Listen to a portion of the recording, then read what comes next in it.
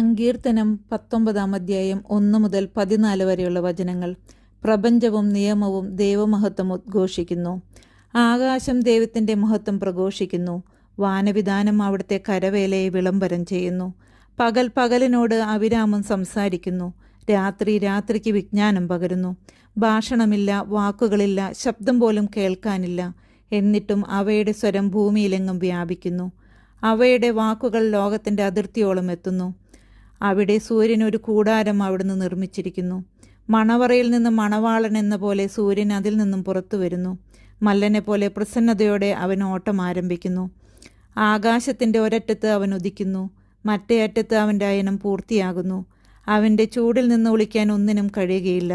കർത്താവിൻ്റെ നിയമം അവികലമാണ്, അത് ആത്മാവിന് പുതുജീവൻ പകരുന്നു.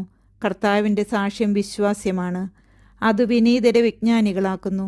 കർത്താവിൻ്റെ കൽപ്പനകൾ നീതിയുക്തമാണ്, അവ ഹൃദയത്തെ സന്തോഷിപ്പിക്കുന്നു. കർത്താവിൻ്റെ പ്രമാണം വിശുദ്ധമാണ്, അത് കണ്ണുകളെ പ്രകാശിപ്പിക്കുന്നു. ദൈവഭക്തി നിർമ്മലമാണ്, അത് എന്നേക്കും നിലനിൽക്കുന്നു. കർത്താവിൻ്റെ വിധികൾ സത്യമാണ്, അവ തികച്ചും നീതിപൂർണമാണ്. അവ പൊന്നിനെയും തങ്കത്തെയും കാൾ അഭികാമ്യമാണ്, അവ തേനിനെയും തേൻകട്ടയെയും കാൾ മധുരമാണ്. അവ തന്നെയാണ് ഈ ദാസനെ പ്രബോധിപ്പിക്കുന്നത്. അവ പാലിക്കുന്നവന് വലിയ സമ്മാനം ലഭിക്കും. എന്നാൽ സ്വന്തം തെറ്റുകൾ മനസ്സിലാക്കാൻ ആർക്കു കഴിയും? അറിയാതെ പറ്റുന്ന വീഴ്ചകളിൽ നിന്ന് എന്നെ ശുദ്ധീകരിക്കണമേ.